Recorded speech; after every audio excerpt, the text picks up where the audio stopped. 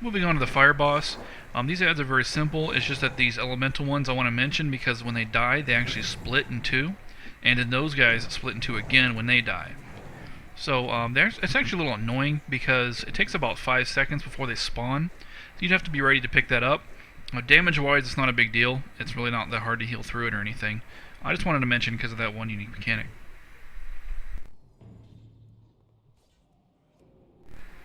Okay, this is the Sun boss. He is, I guess he's probably the hardest out of the 4 bosses up here, but not by much. The Shadow boss, which you'll see next, is probably tied with him. Now that attack he just casted looks like a meteor, but honestly, you can take it by itself and it doesn't really matter. It doesn't do hardly anything.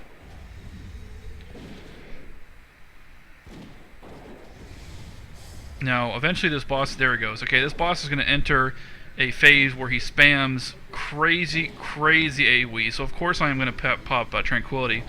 And it's barely going to keep us going. This was amazing. I absolutely thought we were going to wipe here. I could not believe that we survived this. I mean, I was just spamming my heals like crazy. I could not... I can't believe I kept these guys up. I know the warrior popped in Rage Regeneration. But I was like going nuts here. This was really cool. I mean, this boss, I mean, he's not hard, but the healing on it was very intense. And I kind of feel like this is one of the first times I've ever really played a healer and felt like there was any kind of challenge to it. So, my hat's off to Blizzard for finally making healing interesting. I really, honestly, I mean, playing healing in Wrath of Lich King especially is really just a joke. And it wasn't that bad in Burning Crusade either. A couple of classes were overpowered, of course, in Burning Crusade with healing. We all know that, but... Yeah, paladins. But, healing has never been this hard. It's never been this hard. Not in vanilla. Not at all. But once you actually manage to survive the AoE portion, then good job. But yeah, I was going nuts there, so I kind of lost my composure there for a minute. Anyway, moving on to the Shadow boss. There is something I want to mention with these ads. This is one of the... I said there was only 1 or 2 ads that were really of any concern. This is one of them here. These Shadow guys will put up a anti-magic zone, which makes the tank immune to healing. That's not good. So you want to interrupt that.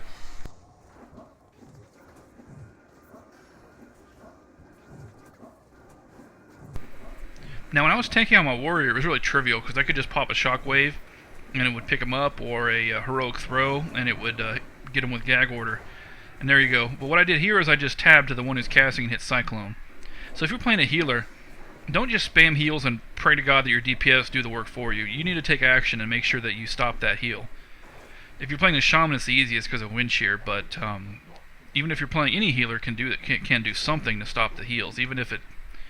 or stop the void zone. I'm not sure what priest would do. There's got to be something that priest can do. I guess, the Holy Word Chastise would probably do it, because that's the Disorient. But you got to do something to stop that void zone. If you're playing a DPS, please stop the void zone. Alright, anyway, so we're on the boss now. This boss is really unique. I kind of like the design of this boss. I just wish he was a little harder.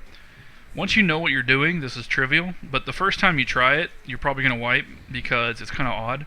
You don't actually tank this boss. He doesn't have a threat table, as far as I can tell. He just randomly selects people and hits them with a very weak Chaos Bolt. The challenge of this instance comes from the ads. He will every now and then run over and cast a portal, and a bunch of ads will come out. Now, as you can see, the tank here is not exactly doing the best job picking up the ads, but that's okay. It was his first time here, so it's fine, and he did fine the next time. But anyway, what you want to do is not even tank the boss. Just tank the ads. So this is about the only thing that happens with tanks that's interesting here in this instance.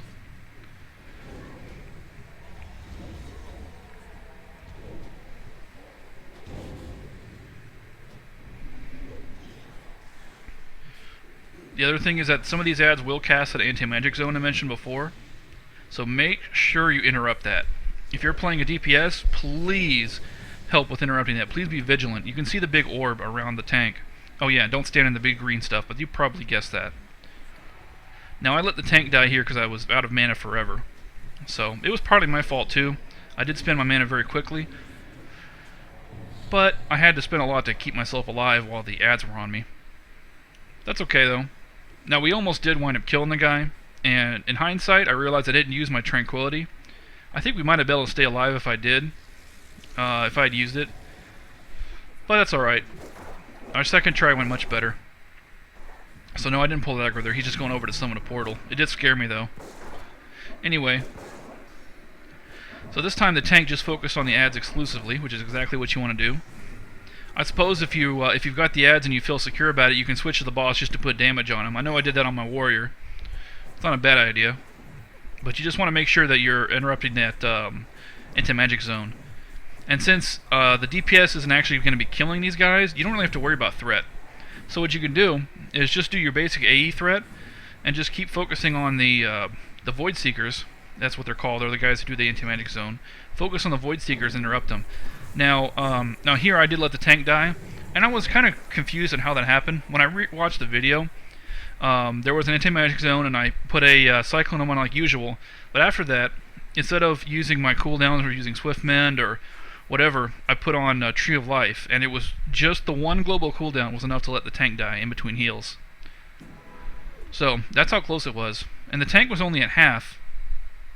The tank was only at half hit points too when the anti-magic zone was placed on him. So that's how quick it can happen. So make sure you interrupt that.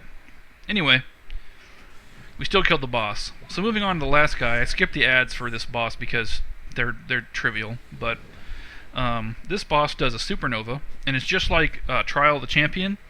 Remember, what's his name, Eadric or whatever, that really easy paladin? Well, he casts that blinded by the light thing, and you have to turn around. It's the same thing here. So when you cast supernova, just turn around, you won't get blinded. You still get damage though, like 15k or so.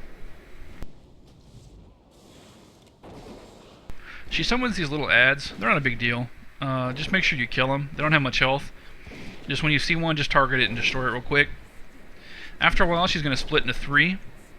Make sure you pick one target and focus on it. You remember the boss from the Nexus, the mage who splits into 3, and you have to kill all 3 targets? Well, this is a little different. You have to kill just one, and she'll warp back into herself. So we're going to pick one target and kill it.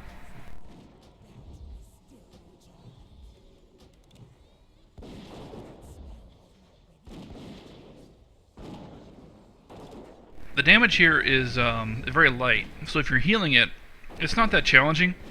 It's just you have to keep up with the normal mana problems that you have globally in this expansion. So now that she's back up, she occasionally puts up a mana shield, which causes damage to drain her mana instead. I don't know if it's purgeable. Didn't really worry about it. We just DPS through it. So there's that supernova again. I was trying to be a little preemptive on mana, because I really didn't want to wipe one that's easy boss. But you should really have no problem with this one. She just takes forever.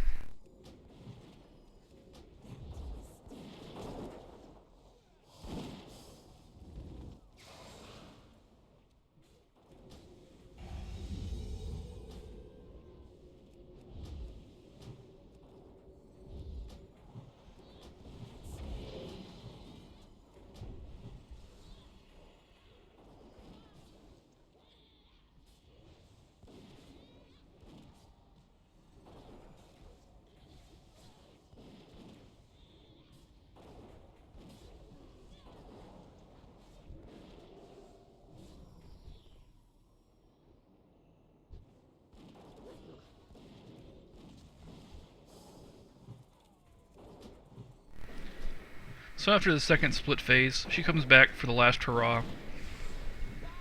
A couple more ads pop up, nothing you can't handle.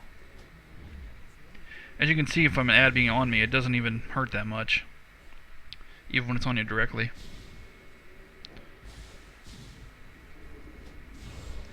But the mage was kind enough to kill it for me. Or the hunter, I couldn't tell who killed it that time. So after a long and somewhat boring fight, the boss finally goes down, and you collect your loot. Now I want to show you one more thing here. I mentioned this is the world's most dangerous elevator. Yeah, because that can happen. So that's it. Thank you for watching. As always, please subscribe and please give us a comment if you enjoyed. I'll see you at the next video.